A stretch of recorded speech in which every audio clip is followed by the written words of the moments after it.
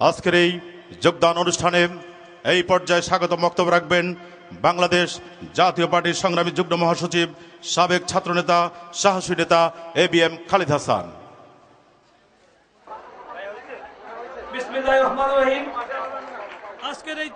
আজকের এই যোগদান অনুষ্ঠানে সম্মানিত সভাপতি বাংলাদেশ জাতীয় পার্টির সংগ্রামী মহাসচিব জনাব আবু নাসের মোহাম্মদ রহমতুল্লাহ, আজকের এই অনুষ্ঠানের মধ্যমণি, আজকের এই অনুষ্ঠানের প্রধান অতিথি সাবেক সফল প্রধানমন্ত্রী, বিরোধী দলীয় নেতা, আজকের স্বাধীনতা সার্বভৌমত্বের প্রতীক বেগম খালেদা জিয়া, উপস্থিত জাতীয় অভিভাবক প্রফেসর ডক্টর মাজুদ্দিন আহমেদ, বিএনপির স্থায়ী কমিটির সম্মানিত সদস্যবৃন্দ, বিএনপির সংগ্রামী মহাসচিব, সম্মানিত নেতৃবৃন্দ, সুধীমণ্ডলী, আসসালামু আলাইকুম রহমতুল্লাহ।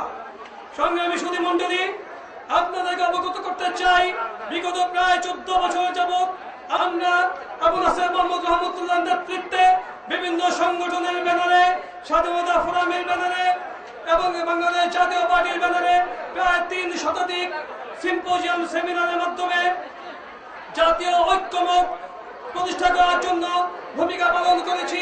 তারই ধারাবাহিকতায় আজকের এই জাতির ক্রান্তি লগ্নে বাংলাদেশের সার্বভৌমত্ব, গণতন্ত্র, স্বাধীনতা যখন হুমকির সম্মুখীন, এই পর্যায়ে আমাদের কাছে মনে হয়েছে আজকের এই পর্যায়ে জাতীয়তাবাদী দলে যোগদান করার মাধ্যমেই আমরা আমাদের রাজনৈতিক চেতনা এবং বিশ্বাসকে প্রতিফলন করতে পারবো।